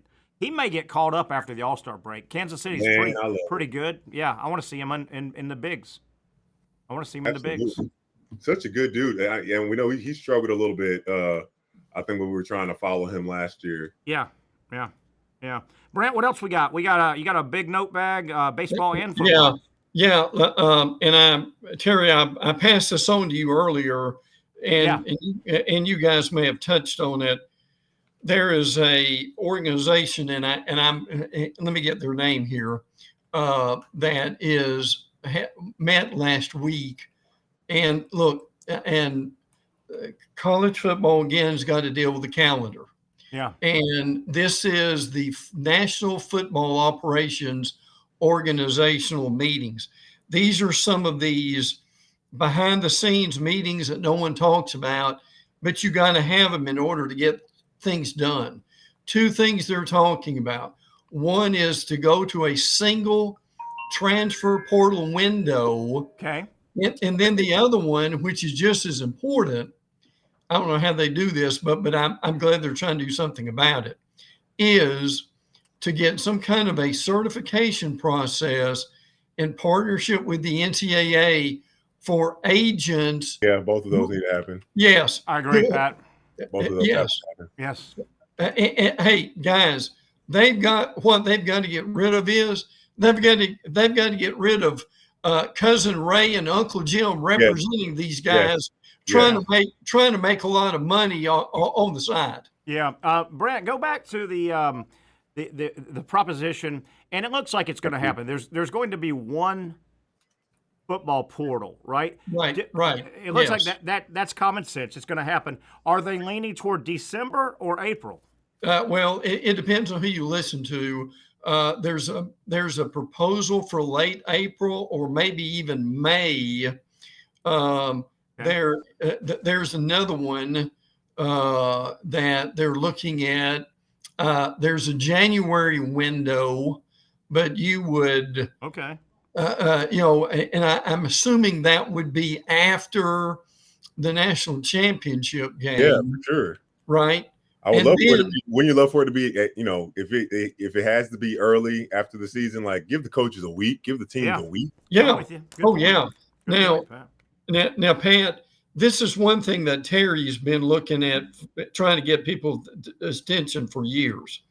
What they're also looking at is doing something and spreading the spring out to where they would have OTAs basically model after the NFL in April, May, and June. I was on Bill Shanks a few minutes ago, and Bill, who covers the Falcons, even said, I'm curious what you guys would think about this. He said, if you're going to do that, like the NFL does, why don't you have some practice games in August with some other teams? Yeah. Would that bring some interest? That'd be and nice. I don't even care in that time if they do a controlled scrimmage for those games. I wouldn't care at all going into the season. Yeah. No, not at all. Brent, I thought we were going to have a lot of portal news coming out of the weekend. We haven't really. Correct. So I missed that. I thought we'd have some more, but a little portal news around Desmond Claude. I don't know if you've followed him much this weekend. The hotshot basketball player from USC that Florida thought they had a great shot. Looks like Florida and North Carolina are out of the running, have taken themselves out of the running. It now looks like Claude is talking with Kentucky and Virginia, Gonzaga's in, Duke's in. Brent, I don't know if it's money. I don't know if it's some Pat and I were talking. Some stuff is saying that Florida might have had cold feet because he just doesn't shoot the ball real well percentage-wise. Yeah. I don't know if it's money or Florida pulled out because of they just want a better shooter. But no, or is there an attitude thing? And look, I'm not. Okay, I'm saying this, and I'm saying we don't know. Or Uncle Buck, like you said a minute ago. Yeah, is there an attitude issue here that will never see the light of day on Florida's part? Yeah, it's interesting. And then where, Pat, if will Florida, from your best recollection and being an analyst around college basketball, if Florida, will they definitely use that spot, or might they go with, you'll give it to somebody, wouldn't you, that spot? Yeah, I think so. I think they'll get somebody. Yeah, for sure. You wouldn't just let it go, right? You want to have your whole Yeah. What do you guys think will happen? And I know this is just speculation. He's a walk-on, preferred walk-on. I wonder what the mindset of Rio, the 7'9" kid. What is his mindset? Because he probably wants to play. Actually play. Yeah. If you're fair, Patrick, if you're talking to this kid and you're Todd Golden and his parents or whoever, hey, coach, what do you see our kid doing this coming season? If they say, a couple specialty situations, maybe 2 minutes a game, do you go to Georgia Southern and play basketball? Do you go to JU and play basketball? I wholeheartedly think he should go somewhere that will grab him. And too, man, like, he can be making some NIL money. Yeah. Like some real deal NIL money with his size. Somebody people are going to snatch that up. Right. Man, that's a great point, Pat. In the marketing world, it would you and Brent, we could have a round table in 2 hours and figure out a couple of unique moneymakers for him, couldn't we? Yep. With his size and I don't know if it's a clothing, I don't know if it's around his height, right? Around his height. Yeah. Oh my gosh. Yeah, absolutely. I mean, and make it while you can, right? But make it while you can. But Pat, I've seen. I don't know about you. I guess you've covered some Florida basketball. So Brent, I've seen him a couple times working out and practicing. They had an open practice I went to in Gainesville. Right. I saw him here in Jacksonville warming up. Pat, the guy can play a little bit. He's got some talent, right? How many minutes do you think he played consecutively? Could he play? Do you think? And I'm like, how was he playing full pickup games and like it seemed like he could keep up and everything? No. I didn't see a lot of him running. They started running the court, but I saw a lot. I saw a lot of that open practice. Drills and stuff. He's coordinated. He's fluid. Now, I don't know how long he could run up and down the court. I don't know. And I don't know, some of those big dudes from Maryland that were 260 and those Texas Tech topping, they may ride his ass right out of the lane, into the third row. I don't know.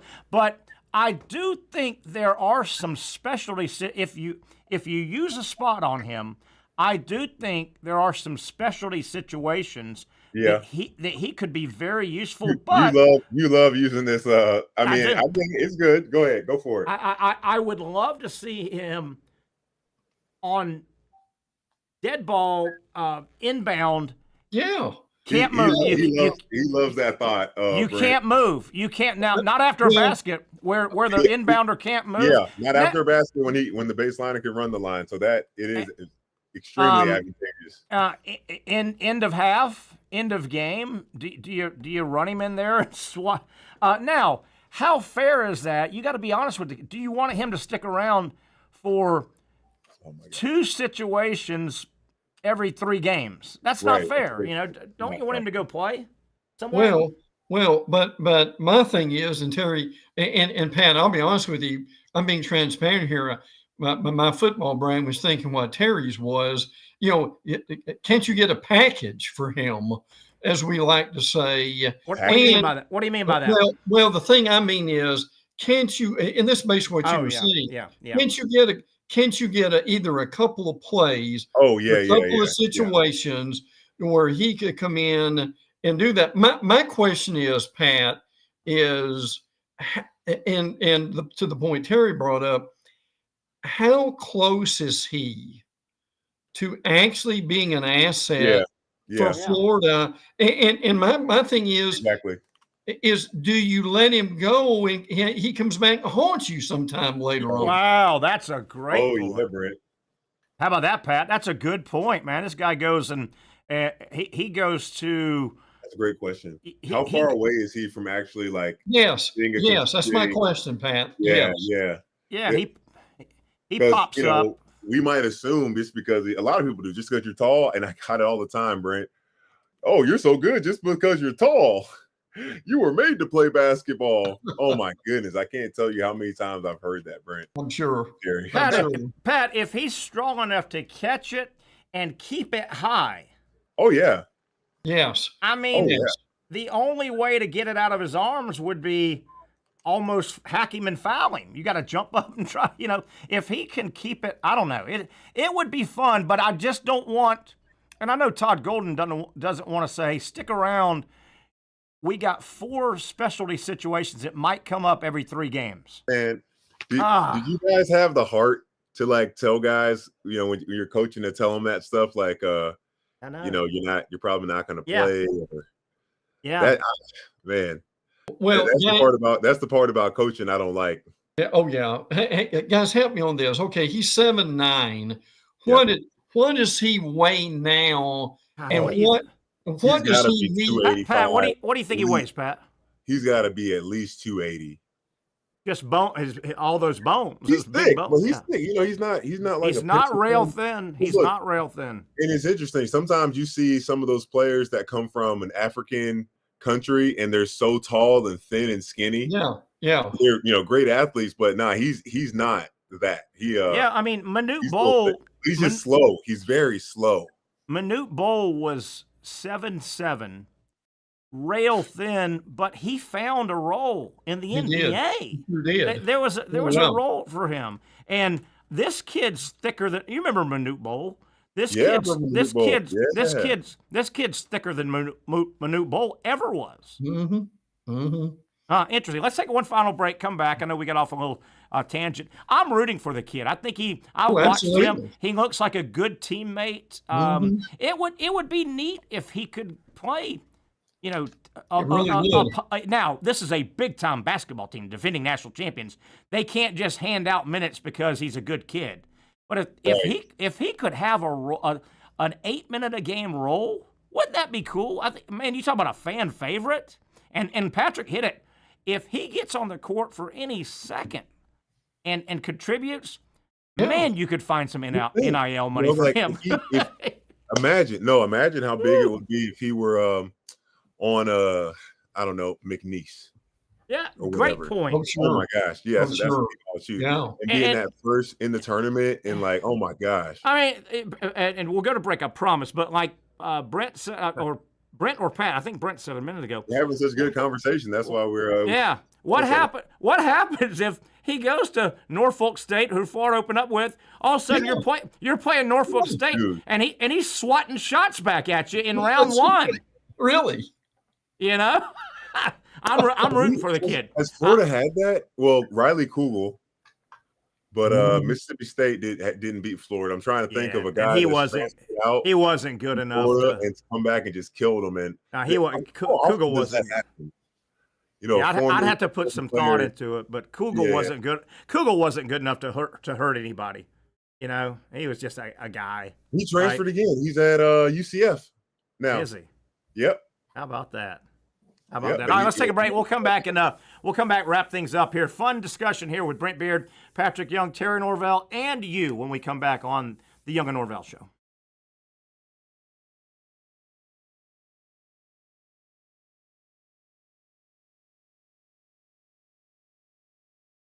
Finally, a family atmosphere, kid-friendly restaurant with a real sports bar feel. Bricks Jack's Beach features all of that and a large, climate-controlled covered patio with misting fans and heaters for all seasons. Mix in an extremely diverse menu that features the most quality and affordable steak at the beach, and there's no reason not to enjoy your next lunch, dinner, happy hour, or big sporting event at Bricks Jack's Beach, 300 2nd Street North in Jacksonville Beach. See you at Bricks Jack's Beach.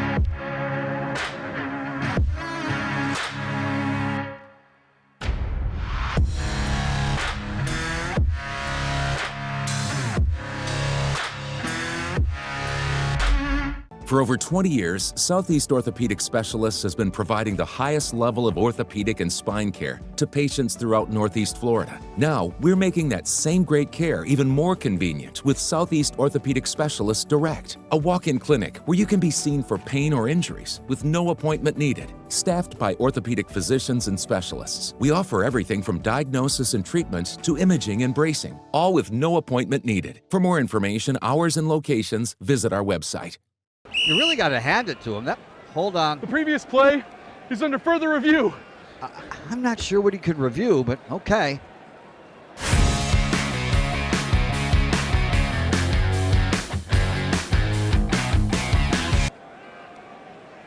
Sure has been a while. Dine in at Hurricane Grill and Wings for the football season. Well, there he is. Oh, what is that? Hey everyone, Olivia Tasley here from Action Sports Jacks to tell you all the different ways you can watch our new 24/7 network.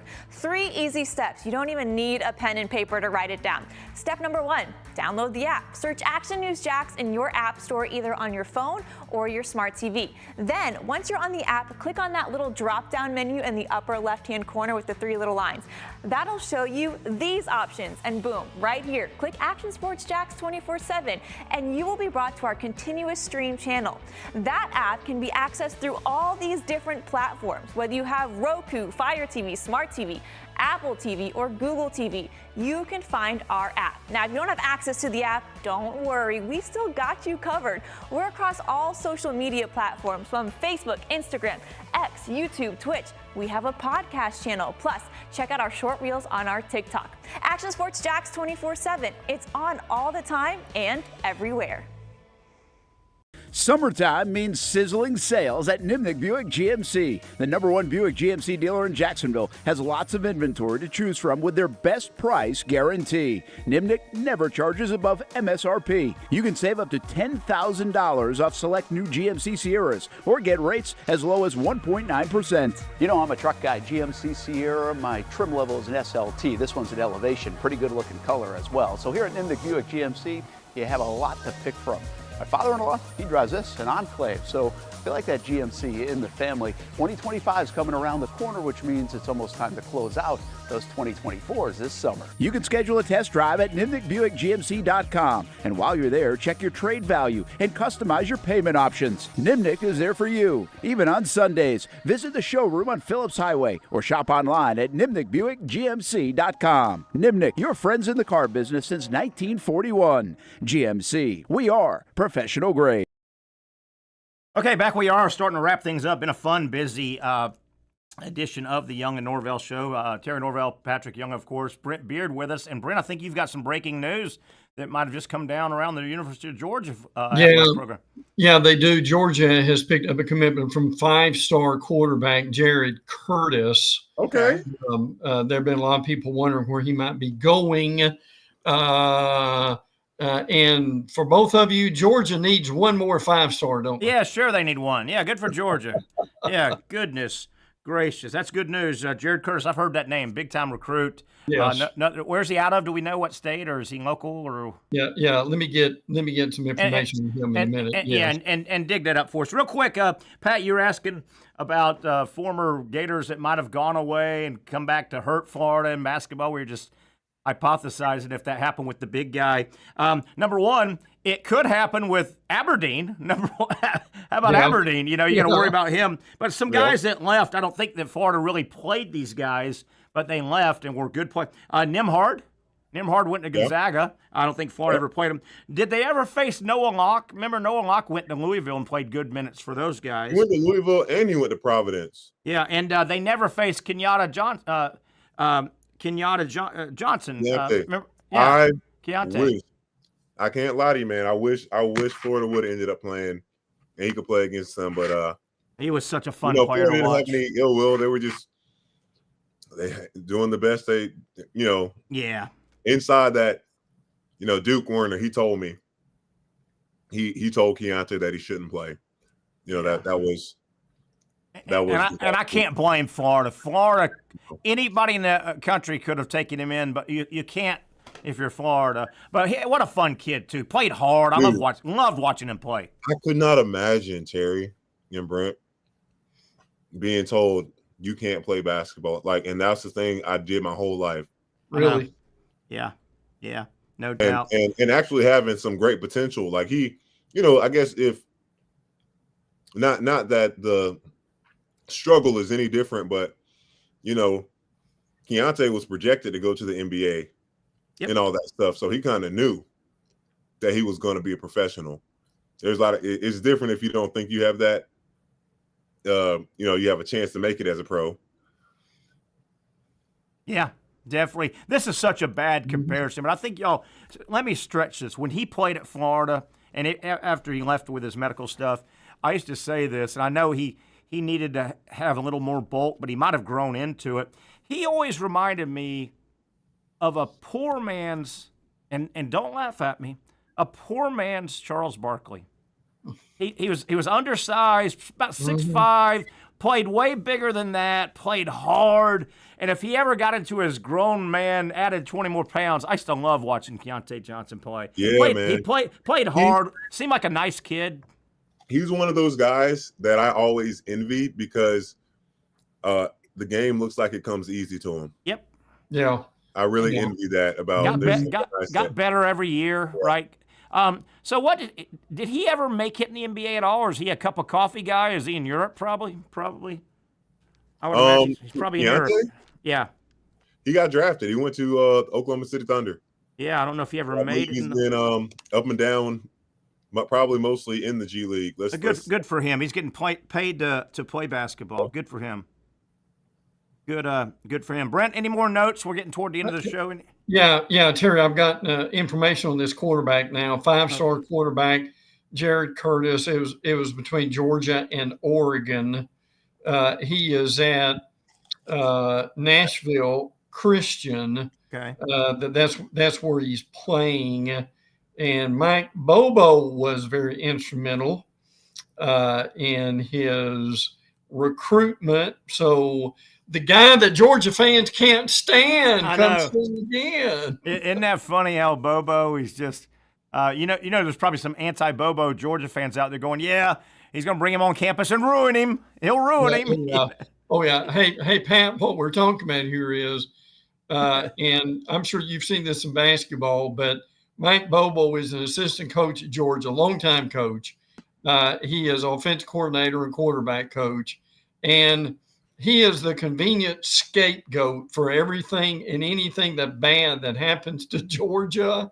So, and Bobo's son's going to be the center at Georgia this year, by the way. So if that and by the way, they're comparing this guy Curtis to Matthew Stafford.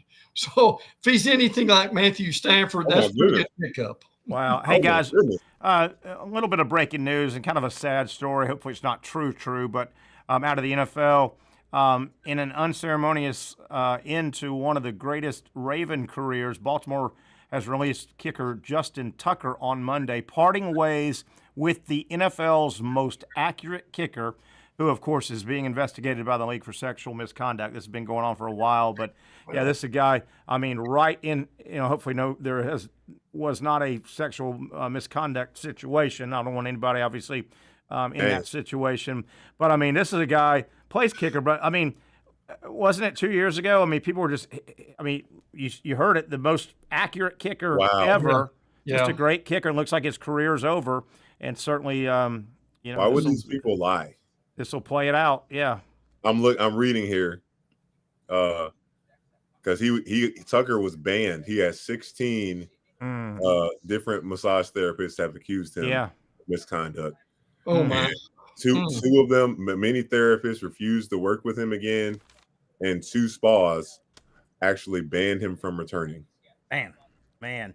Staying with the NFL, this is just it's a couple years down the road, but it's just a wow. NFL's announced obviously next year's draft, which is now just a rock party, a concert party now. Yeah. Next year's draft, 2026, will be in Pittsburgh. 2027 has been announced as well, and this is the wow. The draft will be held in 2027 in the District of Columbia, Washington, D.C. It'll be held not in a stadium, as I understand it, but on the mall, where they give the speeches, the big mall, got the water in the middle, but it goes back for so. The NFL is saying, as they announce this coming up in 2027, they expect basically 1 million people at the draft in 2027. 1 million freaking people to go stand around and watch a draft. Wow. They better start planning security for that right now. Oh my goodness, yeah. Right. Hey guys. Here's a question. Will the first draft overseas happen in the next 10 years? Wow, that's a good question. That is a really good question. The NFL, will it send the draft overseas? Brent's asking. In 10 years. I bet you maybe not 100%, but a satellite hookup probably. Kind of like the Live Aid way back. Remember, they did it in London and then they did it in Philadelphia. Right. What do you think, Pat? I could see the I'm draft. I'm really marinating on it. Trying to throw some pros and cons here. Like, even if Canada were a possibility to kind of like get your foot in the water instead of going so far overseas. So here's the announcement for that. We'd like to announce that the 51st state will also be handling the draft. Isn't that the one they want to be the 51st state? That's what Trump wants. He wants them to be the 51st state. We don't. How about London? Would they do it in London? Sure. Yeah, do it in Wembley. Wembley and Jacksonville's new stadium. They don't have the infrastructure, I don't think, man. Yeah. To it almost would be to the point, all the preparation we have to do for the Olympics and all that stuff. Yes. Like for that day crowds are getting that big, it'll have to be a whole thing like that. Would you put $10 million in a stadium if you knew you were going to get back 30 to 40? God, you would, wouldn't you? Oh yeah. Yeah. Definitely. Can you imagine that draft though with 1 million people? How do you go to the bathroom? What if something happens? What if you like have a health issue and you need to get out of the crowd? Yeah, I mean that's like an EMT or something. That's like 3 Woodstocks at one time or something, But how do you? I mean, you just got to go to the bathroom, and then how do you find your way back and weave your way through the crowd? I wish we had more time. I want to ask Chat. This is a perfect time to use Chat GPT on the show to ask these crazy. theoretical situations here. Yeah. It's like how many football fields worth of people is 1 million? Great point. But you know what? Now envision this. Envision Terry Norvelle being on the mall with just engrossed in Sex Panther. Cologne. Man, what in the would we ever see him again? Never. That might be we'd never see him again. Hey, I think that'll be Terry's last day on earth with us. No doubt. Hey, 1 minute left. Let me throw this out though. 1 minute left. Seriously, Washington D.C. I've never been there. I would love to go. I'd like to see all the monuments and things. It's not a humongous area, I don't think. Mm-mm. And if they're expecting 1 million people at the draft, I would imagine there's going to be 1.5 million people flooding in. Where are all these people going to be? I mean, an extra 1.5 million people in your little District of Columbia? Wow. God, Where do you park? God, park in California and walk over. God almighty. All right, guys, that'll wrap it up. I had a little fun spinoff show there. I enjoyed it. I hope you guys did, and I hope all you viewers as well. We'll get back together again tomorrow for the next edition of the Young and Norvelle Show here 4 to 6. When I think my man Brent Beaird, my man Patrick Young. We didn't get deep into Gator softball, but man, was that fun. My goodness gracious, Florida with a big softball win. Don't look now, Gator softball, Gator baseball, Florida State baseball, all playing good as the postseason is right around the corner. We'll get together tomorrow, 4 o'clock, for the next edition of the Young and Norvelle Show. Have a great day, everybody.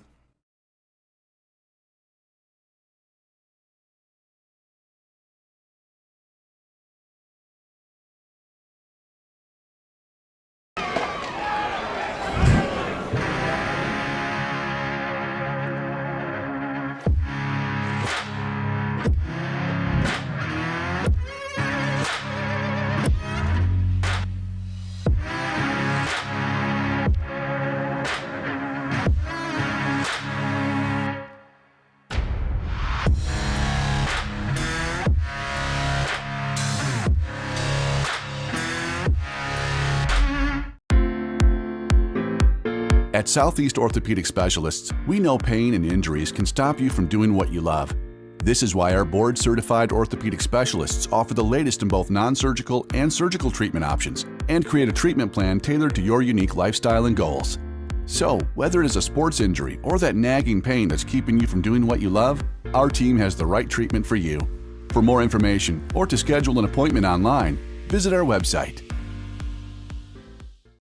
Finally, a family atmosphere, kid-friendly restaurant with a real sports bar feel. Bricks Jack's Beach features all of that and a large, climate-controlled covered patio with misting fans and heaters for all seasons. Mix in an extremely diverse menu that features the most quality and affordable steak at the beach, and there's no reason not to enjoy your next lunch, dinner, happy hour, or big sporting event at Bricks Jack's Beach, 300 2nd Street North in Jacksonville Beach. See you at Bricks Jack's Beach.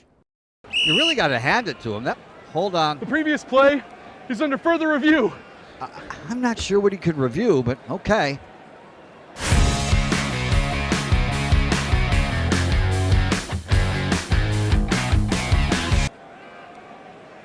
Sure has been a while. Dine in at Hurricane Grill and Wings for the football season. Well, there he is. Oh, what is that? The Action Sports Jacks 24/7 network is streaming. I'm Stuart Weber, and I'm here to teach you a nice 3-step process on how you can watch all your favorite programming from the Brent and Austin Show every weekday 10 a.m. to 1 p.m. or the Cup Date with me. It's fantastic. We talk NASCAR. It's a great time. Wednesdays at 1 o'clock. All right, first step, easy.